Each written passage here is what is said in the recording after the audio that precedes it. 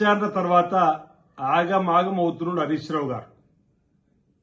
SIT అధికారులు అడిగినటువంటి ప్రశ్నలకు బహుశా నీళ్లు నవిలినట్టుండమో, లోపల ఏం సమాధానం చెప్పాలో తలపట్టుకొని, కానీ బయటకు వచ్చిన తర్వాత మాత్రం సత్య హరిశ్చంద్రుడికి కజిన్ లాగా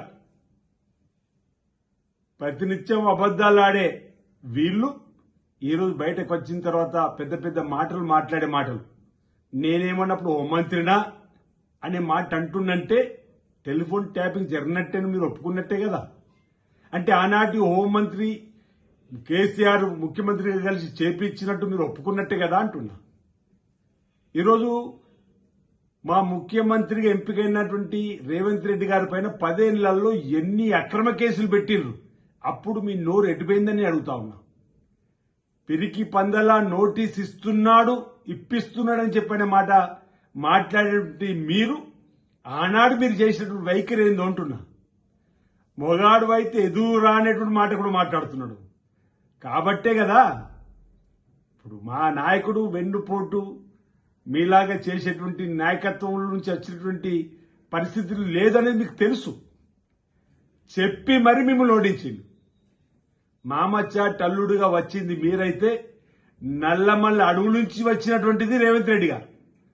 పిసిసి అధ్యక్షుడిగా ఉన్నప్పుడు అనేక సభలు సమావేశాల్లో మీ అవినీతి అక్రమాలు బట్టబయలు చేసి మిమ్మల్ని ఓడిస్తామని చెప్పి ఓడించినటువంటి మగాడి ఈరోజు రేవంత్ రెడ్డి గారు. మీరు రేవంత్ రెడ్డి గురించి మాట్లాడమా అంటున్నా. ఈరోజు టెలిఫోన్ ట్యాపింగ్ జరిగింది అని మీ సొంతింట్లో కేసీఆర్ కూతురు కవితనే చెప్పిన తర్వాత ఈరోజు మీరు ఇప్పటికైనా సిట్టు విచారణ ముందు అవును ఆ రోజు జరిగినట్టుందని చెప్పిన మాట చెప్పుకుని ప్రజలల్లా ఓ పేరు సంపాదించుకునే ప్రయత్నం చేయాలి తప్ప ఈరోజు ఆ సిట్టు విచారణ తర్వాత కంగారును కప్పిపుచ్చడానికి ఏదేదో పెద్ద పెద్ద మాటలు 4 మాట్లాడితే అవి నిజమైపోతుంటే ఎట్లా హరీష్ రావు గారు అంటున్నా.